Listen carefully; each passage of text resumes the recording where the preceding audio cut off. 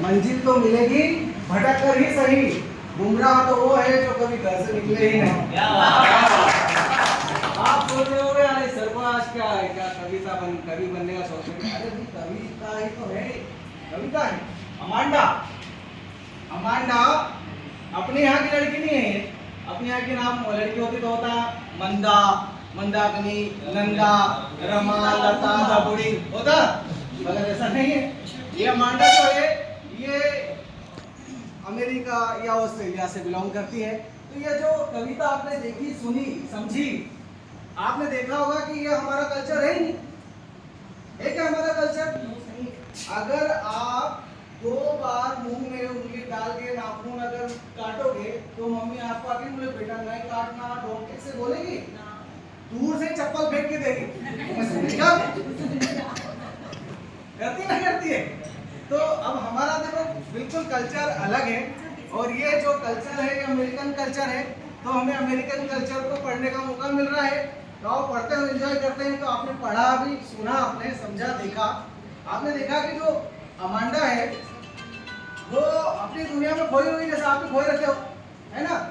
बाजार से कुछ सामान मंगाने को कहते हैं तो 1 बार में 2 बार में आपकी चूर रहती है, खेत पे भेज देते हुए जा रहे टिफिन लेके जा, आता है तू, और फिर 2-3 बार में फिर पिताजी निकालते खैड़ा, खैड़ा मीन्स जूते, और फेंकते जा रहे हैं गेहूं तो जाता है तोड़ के। तो हमारा कल्चर और अमेरिकन कल्चर में बहुत डिफरेंस है। और आपने देखा कि अमांडा एक लड़की है 13-14 साल की, और वो बैठी रहती है, और जो काम हम यूजुअली हम करते हैं और हमको वो अलग तरीके से ट्रीट किया जाता है हमारे इंडिया में हमारे पेरेंट्स के द्वारा, और वहाँ आपने देखा कि माँ ने अलग तरीके से ट्रीट किया अमांडा को। अमांडा मरमेड यानी जल परी बनना चाहती है, अकेले ही समुद्र में रहना चाहती है, घूमना चाहती है ना, और टावर पे जाके चढ़ना चाहती है और नीचे उतरना ही नहीं चाहती। देखा आपने? तो मेरे को लगता है कि अमांडा आपको समझ में आ गई होगी। आ गई समझ में? तो मैं चाहता हूं कि आपको समझ में आ गई है। ये जानने के लिए मैं कुछ क्वेश्चन पूछ लेता हूं आप लोगों से, तो आपको पता चल जाए। परीक्षा में पहले भी बताया था मैंने आपको, पिछले लेसन में भी समझाया था कि परीक्षा में पोएम में 2 प्रकार से प्रश्न पूछे जाते हैं। एक तो